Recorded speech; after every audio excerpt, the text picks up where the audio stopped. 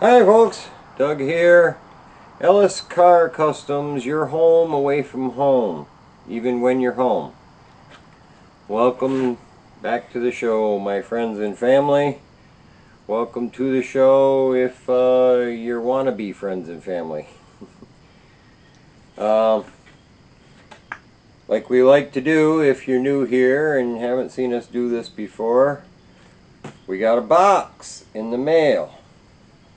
It's a heavy box. It is from our buddy Jerry Bixby, friend of the channel, and let's open it up and see what it is. It's very well packaged. I do have a box cutter, so don't give me crap. I got a box cutter.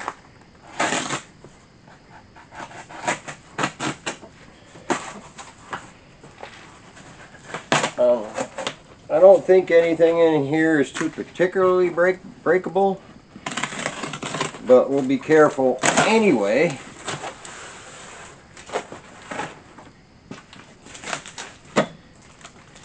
These are all vintage parts. I'll give that away.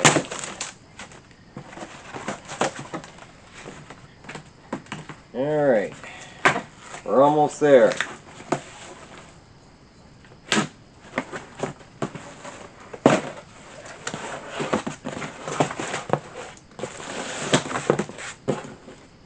Okay, almost there.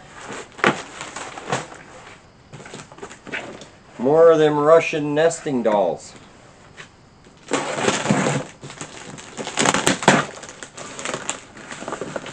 Alright, everybody.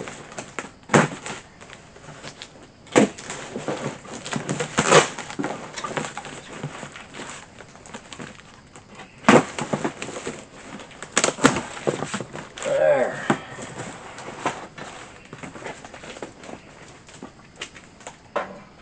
What do we have?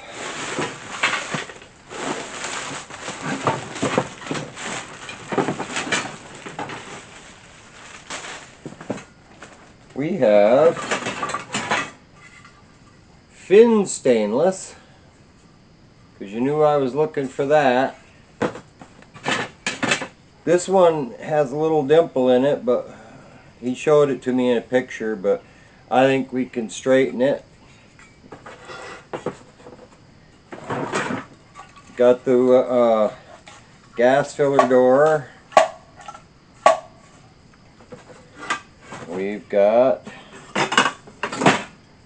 filler neck. We've got, pull them out gently as I can. It's a lot of stuff.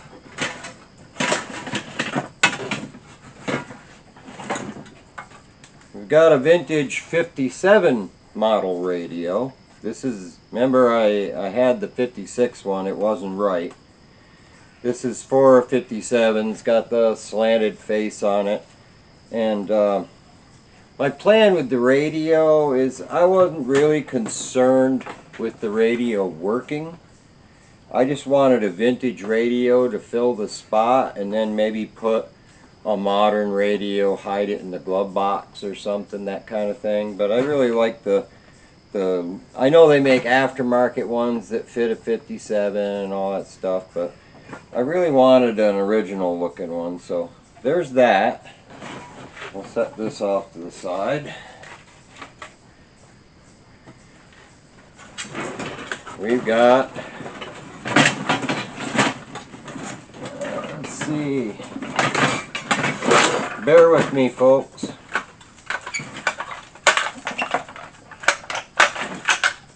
It's stuck in there.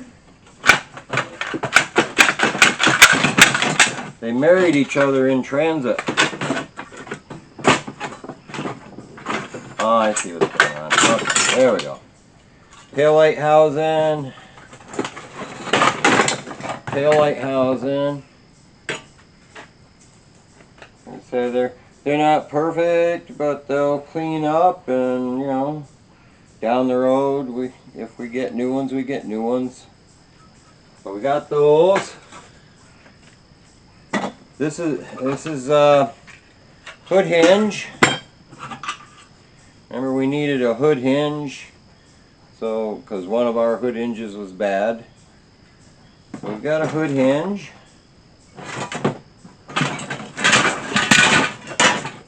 This is the big score.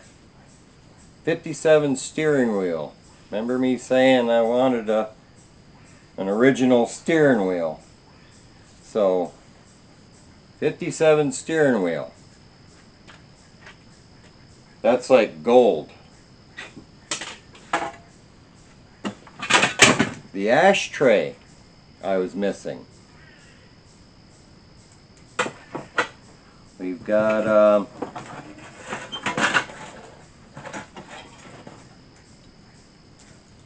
heater cables. This is the rest of the ashtray. Goes the other way. Goes up in there. That's the rest of the ashtray. This is actually a clock delete plate.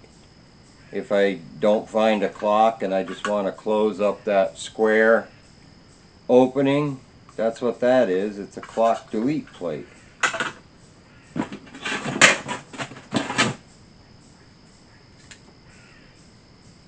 This script, I guess this script was actually on the dash. That's kind of neat. Gas cap. Here's a plate. Not quite sure where it goes, but I'll figure it out. Hood spring. Retainers for the where the heater core goes. And these are top spears. These are shorter than the Nomad top spears, but I can sort of use this as kind of a template to cut the longer ones down to match up with those thin pieces. And so yeah, so a lot of things we can use. So there's hardware in here, and big shout out to Jerry for his kindness, for kind of watching the channel and seeing what I was missing, and shooting this off to me. I really appreciate it. And it opens up more things we can do. So yeah, I like days like today. I got more stuff coming tomorrow if it arrives.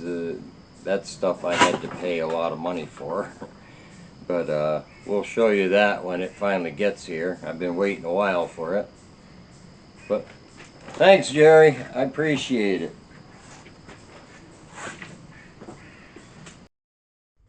So I flew her back in there, the pan, and tossed the grill at it just to see how we did. It looks like it'll do fine for us. Like I said, the grill is missing one of its bottom tabs over there. But the pieces like this piece that I made to go in on this side where I was missing one, and then the other piece where I got to do the bottom, that they hook to the grill bar. It hooks in the middle and then it hooks on those pieces on the end. So that'll help hold the grill in. If I should happen across another grill that's better, I'll go with that. And those pieces there, until I get a grill bar, I'm not going to finalize those, because I'm going to want to lay the bar up there and make those pieces line up with the hole where they have to be. Because if I do it now and I don't get it quite right, then the things will be wonky. It's going to be off center or tilted or something. So I gotta score me a grill bar somewhere before I put those pieces in. You can see I flew a light guide coat of the black on there so I can block it out and make it prettier. And also, that, like I said, that's going to have to be painted blue versus the semi-gloss black of pretty much everything else, because of that lip being visible there. I'm pretty sure they're supposed to be body color. So it won't get into body color right away because I have parts like over here. I have the part for the tailgate that goes on the inside, that's got to be painted. All those pieces that I have to make, the garnish moldings that I don't have for the back, they'll all have to be painted blue. I've got the inside garnish for like the A-pillar. I only have one of them. I need to find another one. They'll have to be painted blue, plus the inside garnish that surrounds the windshield has to be painted blue. So rather than piecemeal it, little tiny batches of blue here and there, I'll gather all the pieces that have to be blue and paint them at the same time. That makes more sense to me. There, that's what she looks like with a genuine 57 steering wheel. I've just got to pick up the horn center, but that's no big deal. But we'll do a restoration on this wheel, and it will feel more like we're driving a 57 with the proper steering wheel. The next thing I'm looking at is this steering wheel, which, you know, for something 70 years old is not in terrible shape. A lot of times you'll get cracks around the steering wheel, but this one doesn't have any cracks around the steering wheel. It has a crack here and one here. So what you want to do in that case, I have an epoxy that it's kind of like a super glue, but you want to grind out these cracks so you can get maximum penetration with that epoxy, and then put that epoxy in there, let it set up. Then you can body work the rest of the thing and make it pretty, and will be good as gold, or white if that's the color I go with.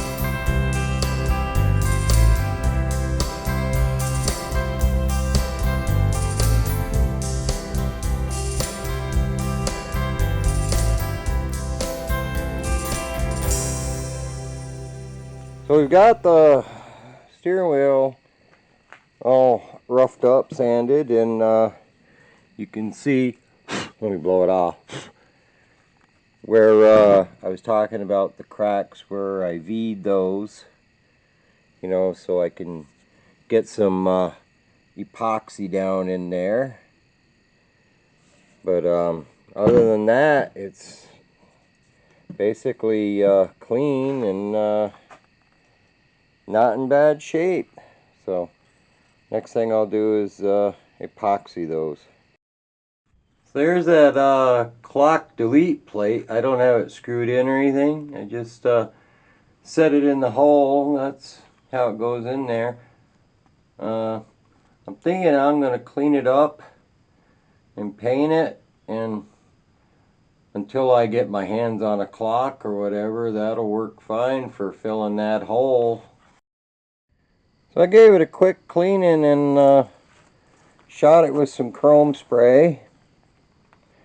When that dries, we'll plug up the hole with it.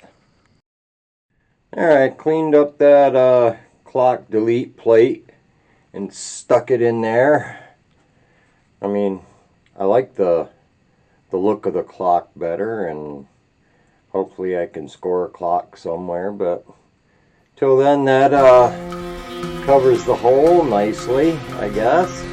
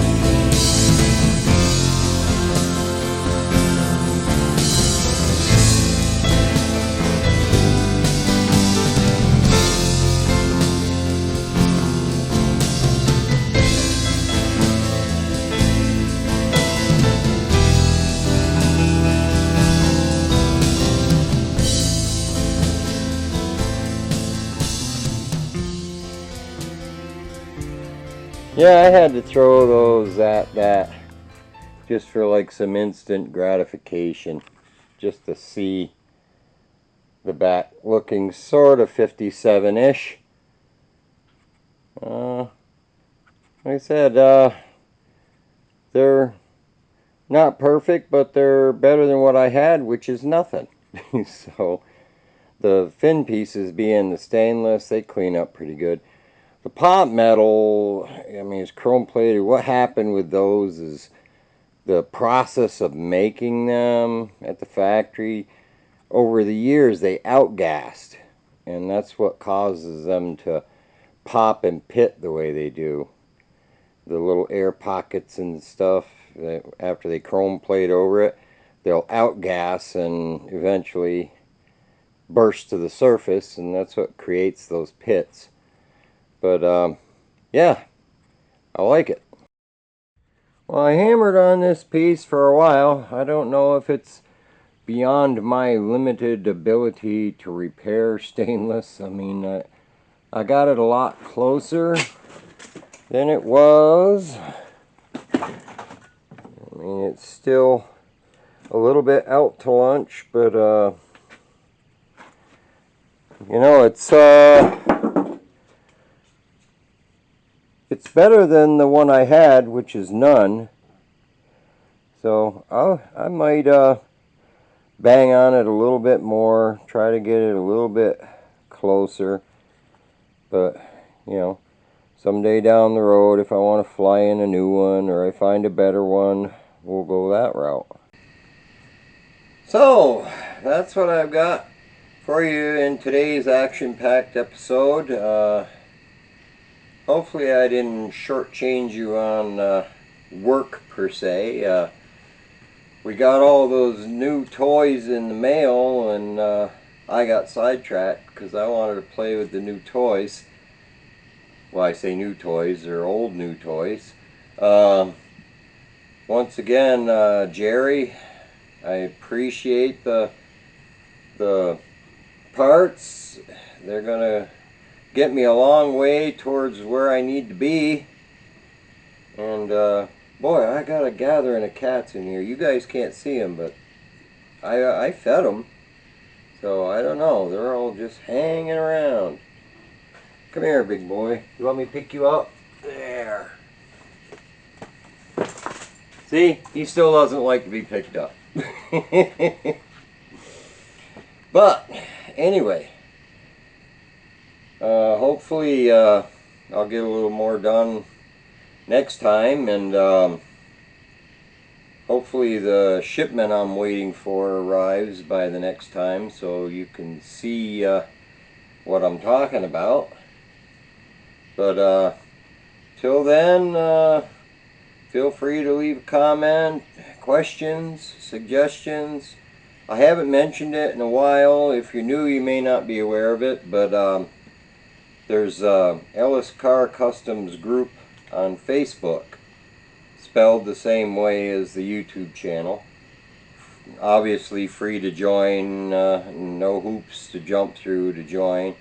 If you're somebody who's working on old cars like this and you want to share your project with the group, you can post photos and things over there, and network with with other people in the group, get to know each other. So thanks for coming along.